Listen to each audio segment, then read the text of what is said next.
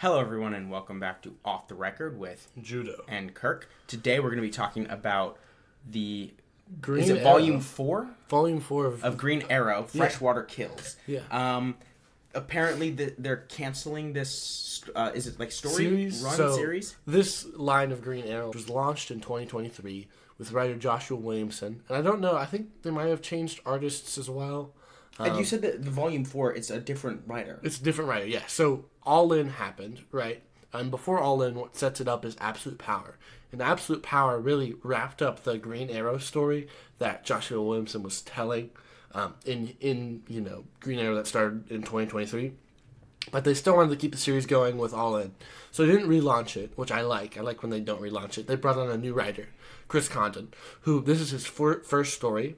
And apparently, this is one of the two stories that he's going to be telling us, because the series is ending at issue 31, which will be a full volume 5. Mm-hmm. So, and I will say, without getting too much into plot, it was very self-contained. Yeah. So it being a new writer, obviously it kind of has to start from somewhere. Yeah. But also, even though he has another one coming, it still ends on not something that's like a cliffhanger or anything like loose ends or anything like that. The story can develop, of course. Yeah. But it's like, if you're watching an episode of a show, the episode ends, that story is wrapped up, and then maybe the next episode picks up a new storyline with the character. Yeah. But I actually really liked that. It was a big draw. I do like that self-contained nature of the story. Like, that's part of what I liked about it, is because with Joshua Williamson's Green Arrow, we went big and bombastic, and we included every single Green Arrow character that ever existed, right? Mm-hmm. And with this one, because of the fallout of Absolute Power and some of the things that Green Arrow did, which has alienated him from the superhero community and his family, the Green Arrow family, Team Arrow, whatever you call them. And so unfairly, which is something that is a motivating factor for the story. Yeah. He starts small in this Star City, right? Yeah. And he's going back to his roots. And he gets a little bit of a costume redesign from Batman, which is interesting because he has a cape now, even if it's a tiny little cape, right? And so I do like the costume. Yeah, he's starting small. He's doing street level stuff, and he gets embroiled into this scheme. And this is basically the plot of the story, which is there are these people that signed off on this dumping of chemicals, right? And they are getting killed by what they think is just a killer, the Freshwater Killer. What we find out may be more than one person, and who knows who the Freshwater Killer is. Maybe the Freshwater Killer in all of us, right? But I mean, I would kill for some fresh water right now. Yeah, he would. He definitely would kill someone for something right now. I'm parched. Yeah. But this whole thing is Green Arrow kind of having to get back to his roots and get back on his feet and being thrown into a mystery that he has to put together. And maybe he is one of the culprits that led to the creation of these villains that he has to stop, and some things like that happen in this story. But that's kind of a basic summary of how this went and what happened. But we'll probably start going through this in chronological order and how the narrative unfolds, and talking about things we liked, didn't like, just how what we thought of it. Yeah, but before we get to that, just want to remind you guys to like the video, subscribe to the channel, hit the notification bell.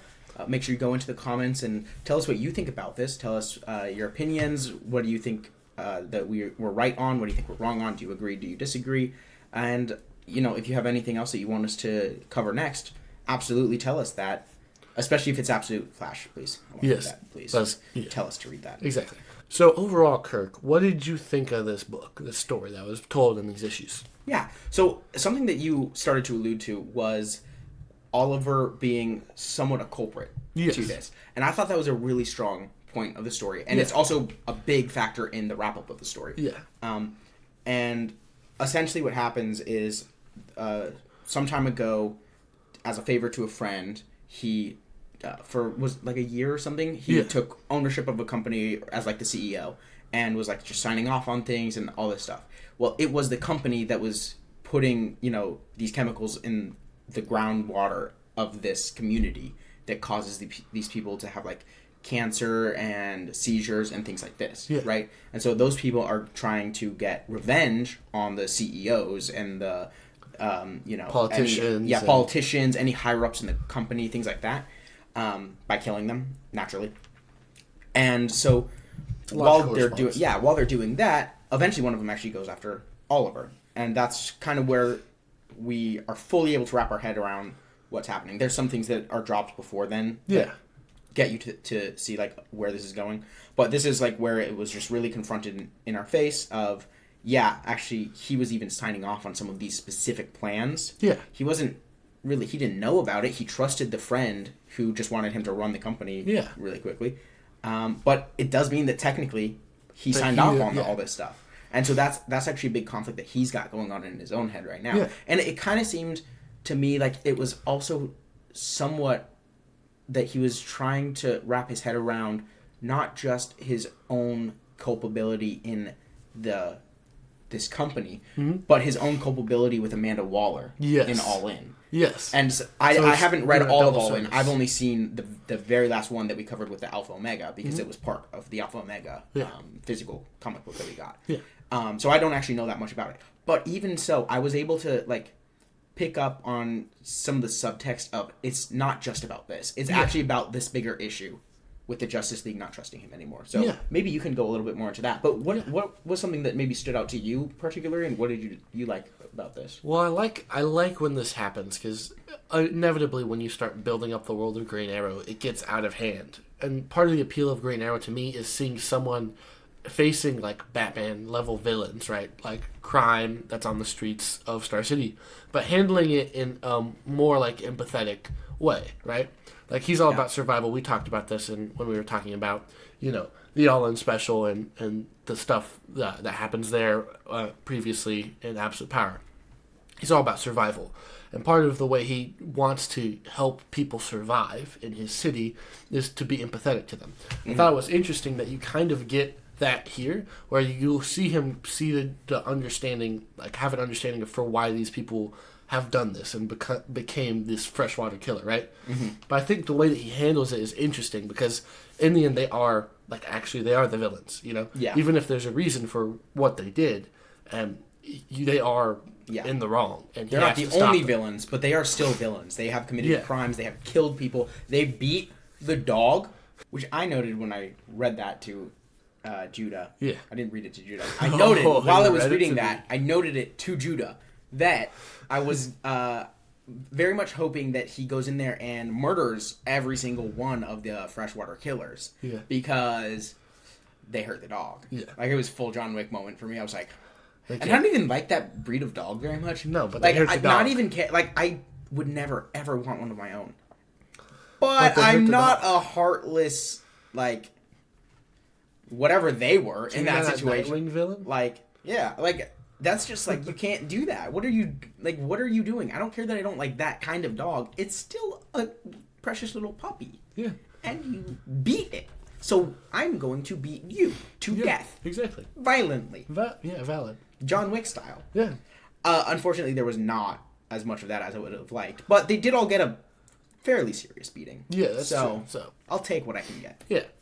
But yeah, I think this is enjoyable, kind of back to grassroots Green Arrow, which I again, I'm repeating myself, but I liked.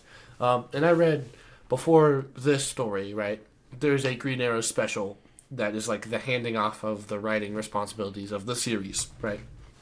And basically the plot of it is Green Arrow is not the bad guy that's been established. How does he regain the trust of his family, right?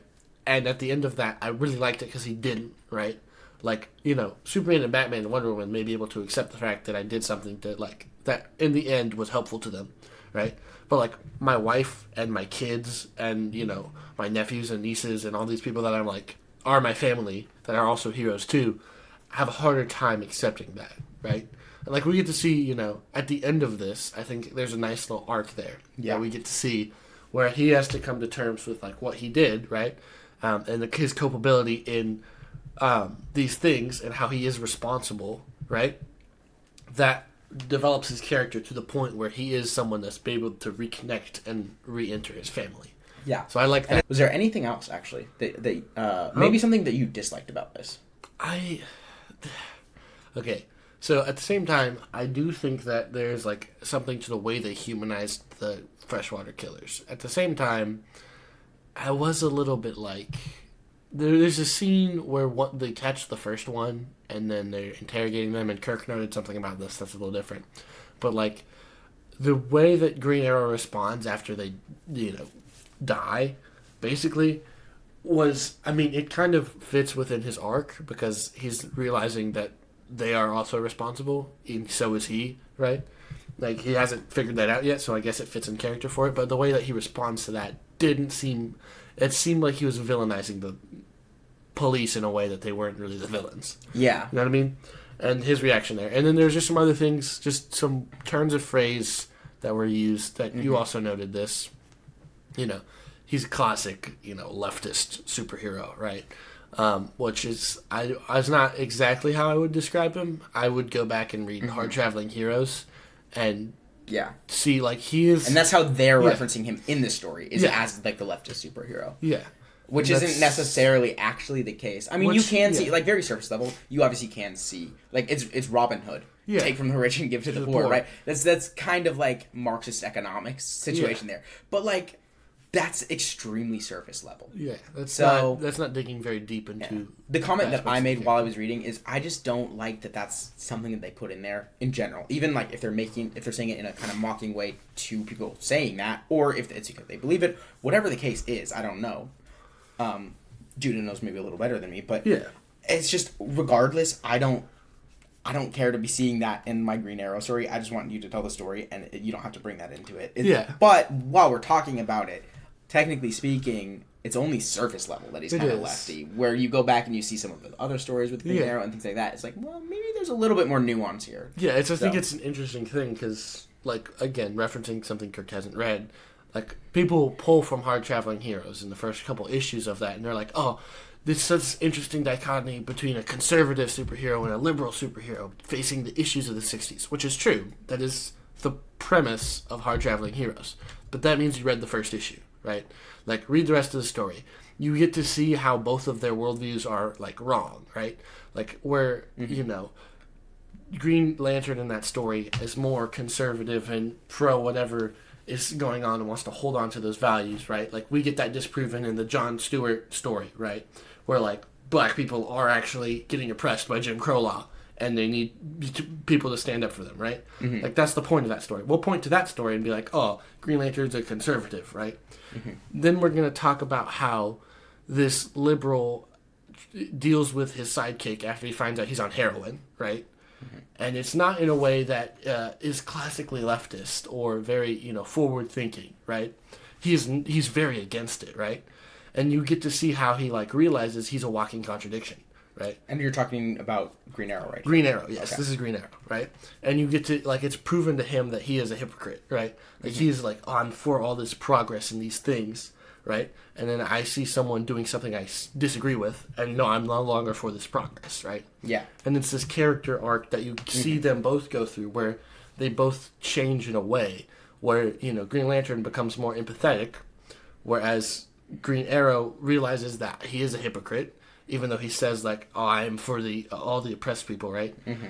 That's not always the case. He's more for his ideals, and he realizes to be, less hypocritical, if that makes sense. Yeah. So, it kind of seems like in that, it's like the Green Arrow thing is like he's so hung up on his image. Like the practical, rather the ideal side of things. Yes. That he doesn't notice the practical differences that have to be made to the ideals to actually apply. And it's the opposite case for Green Lantern. In that story. Where in that story he is kind of more looking towards the practical things, but then you realize the ideology is actually, like, the ideals is wrong, and that, like, it is actually suppression. Yeah. Or repression? Oppression. Thank you. One, yeah. There's a lot of oppression words. Oppression. Mm-hmm. I'm on 3 hours of sleep right now, by the way. So, yeah. It's interesting that's what I was kind of pulling from what you were saying, is that it's the opposites there, and they're both realizing, kind of, don't be on that far extreme, kind of be more in the middle of, like, yes, the ideals may be good, in both cases, actually. The ideals may be good, but they're not practical. Think about the practical Yeah. And so if you're focused too on the practical, you're not seeing the ideals. If you're focused too on the ideals, you're not seeing the practical. You need them both. There needs to be a good balance of both in any situation. Yes. And so bringing that into this story here, it's like you're kind of just putting it. It seems actually, now that I'm thinking about it more, it's more of a mockery situation. That's what I read it as. Yeah, it's more of a mockery situation, and it's like now that I know some more of that context, it's kind of makes less of that. Yeah, makes less of those stories and makes less of the good lesson that's kind of taught by looking at those two stories. So that's really interesting though. One thing as well that I noticed when you talked about how while they're in the police station, Green Arrow is kind of seeing the side of the Freshwater Killers. Yeah. That really reminded me of Captain America and the Falcon and the Winter Soldier. Captain America, Captain Falcon. Captain Falcon. What's this show called? Not Captain Falcon. It's called Falcon and the Winter Soldier. Falcon and the Winter Soldier. Yes. Okay, gosh, 3 hours, guys. And the ending speech. And well, the ending speech was obviously a big controversy and stupid. It literally makes no logical sense whatsoever. Yeah, it's very dumb. It's not even. So to go to the practical versus the ideals aren't even right, much less the practicals there. The practicals are kind of worse. Yeah, the practicals, when you try to put those ideals with that practical side, it's even worse. Yeah, we're like so it doesn't make sense. But it was specifically what I was thinking of though was the Flag Smashers and how Falcon is current Captain America is very focused in that show on. Oh, but, like, it doesn't matter that these people are, like, literally terrorists who are murdering people for political ends. Yeah, it's the way the hero handles it, right? Like, you can tell a story where the villain has motivation, right? And you can make that motivation valid. But in the end, they got to be proven to be the villain, right? They cannot, like, if they can have a good reason, but they're doing a bad thing. Yeah, they can and in that show, the hero, but in both cases here, they're doing the bad thing, right? The Freshwater Killers and the Flag Smashers are doing the wrong thing. The Flag Smashers are terrorists. The Freshwater Killers are, I guess, definitionally speaking, they are terrorists. But in this case, it's just more like classic villain type situation. Henchmen, goons type thing. Oh, those kind of guys. So in the Falcon and the Winter Soldier, he takes so heavily the side of the Flag Smashers that it's like, where's the justice in this story? Yeah. Where the Green Arrow story is handling it a lot better. Maybe not perfectly because the characters themselves are imperfect, and so it's actually, that just means it's written well. Yeah. But Green Arrow is both seeing, yes, you actually your ultimate motivations are correct, that like there's a problem that needs to be fixed. There needs to be justice. The way you're going about it isn't justice, and there's a little bit of irony and hypocrisy in vigilantism, which is, and we had a video on this a while ago, where vigilantism is not really just in most situations, really. So there is kind of that dynamic too of that doesn't make sense. Yeah. But even so, he's still saying, okay, but we do need actual justice. Like, I understand, but we need actual justice. And so by the end of it, he gets that. He does. These people are in prison, but he goes to them in prison as Oliver now and says, like, hey, I'm going to, like, try to, make the situation a little bit better. I can't make it perfect. I can't bring everything back and fix everything. Yeah. But I can do what I can do. Yes. And I will absolutely try. And that's a positive effect on the character for change. Realizing that he is a motivator for evil, right? And trying to go back and fix that, right? And like that's a positive thing that he learned from it, right? Even if like there is consequences for the villain, and there'll probably be consequences going forward with what he does at the end of this, right? But at the same time, you go back to Falcon and the Winter Soldier. Falcon and the Winter Soldier, there's no real consequences for the Flag Smashers, and there's also no real consequence and character change to Sam, right? Like, there's no arc there that gives him the motivation at the end. Do better, and I'm right about everything, and by now, and then that's the end of the story. It's like, the story could have just never been told. Yeah, that's exactly right. Versus this story has effects. Cool that it was told. It actually makes sense, both in the real world, like, people can actually learn something from it, but then also in the universe that they are creating, with, a bunch of writers coming together to write different stories on it, this actually adds something to it. It does. It adds a layer to the world that's pretty great. Yeah. So overall rating, like what would be out of 10? Because we've been doing this out of 10 since the entire time we've been doing. Okay, comics. we really need to go back and just put a tally on what each of them are. There's so definitely going to be rank. a December episode where we rank all of the books that we read this year. I can guarantee you that. We're going to have to record some early while we're like on breaks and things like that. So that might just be one of those. But maybe somewhere in the 7.5 to 8 range. Yeah, I feel that. It's good. Yeah. It's not bad. It's not bad. It's not super good. It's not super good. It doesn't blow my mind. Yeah. I think the art carried that's like you were talking about. There's a sequence of like 7 pages where it's just art, and I feel like the art carries in some places in this. Yeah, we're like not to say the writing is bad. I think Chris Condan is a fantastic writer. I'm reading Ultimate Wolverine. We're going to have to talk about Ultimate Wolverine because it is really great. And we're going to actually do some of the Ultimate stories since those are coming to an end. We're probably by March when it ends, right? Probably. We're going to have gone through a couple more of those and maybe we'll do a retrospective Wolverine, on the entire Ultimate universe. So. Yeah. So, but I agree with you. I think that this is a solid... It's weird because, again, this is the 4th volume. This is in the middle of a run, right? But at the same time, it's fresh because new writer, and it does feel like a first story. And I feel like it's a solid first story, solid enough to make me want to cover the 5th volume of this when that comes out, and we'll probably read that one as well. But again, I'm actually probably leaning a little lower than this with you. I was thinking like 6.5 to 7. So with that rating, I was considering something that low too. It's hard for me to, without knowing what I ranked exactly the other ones. I don't know. It is like where, because I want to put it more in reference to other stories. That's true. So when we do our video, whenever that is, probably in December, on going through all of these, we might change some of the rankings slightly. Yes. So that they're more where we're trying to keep them in regards to the other stories. Exactly. Versus the exact number. That's right. So I think that gives us an overall like 7 out of 10. Is that right? Because if you're 7.5, I'm 6.5. Yeah. That's 7. 7 out of 10. It's a 7 out of 10. I would give it a read, especially if you like Arrow, that show from back a decade plus ago. I love that show so much, and this was actually fun to kind of pull me back to that a little bit. Yes, and it is fun. There are parts of it's an interesting story. It's dark, but it does have some fun to it. With that being said, I have no idea what we're doing a video on next week. Kirk, would you like to enlighten us? What are we working? What can listeners look forward to? A couple of different options. First option that we'd hope doesn't happen is no video, because we're going to Philly. We're gone the whole weekend for that, so we can't record during the weekend. Mm-hmm. And then there's no time that lines up for the two of us to record something during the week, and we're recording this one on Sunday to go out Tuesday. So there's not really a time throughout the week for us to record anything. So if you guys have suggestions on what you'd like us to talk about, we're open to them. Yeah. We do have some ideas. Some of the ideas include we might have time to record Monday before the following video to this goes up on Tuesday. Yes. Could be Peacemaker, seasons 1 and 2, yes. retrospective. That would be a lot of fun.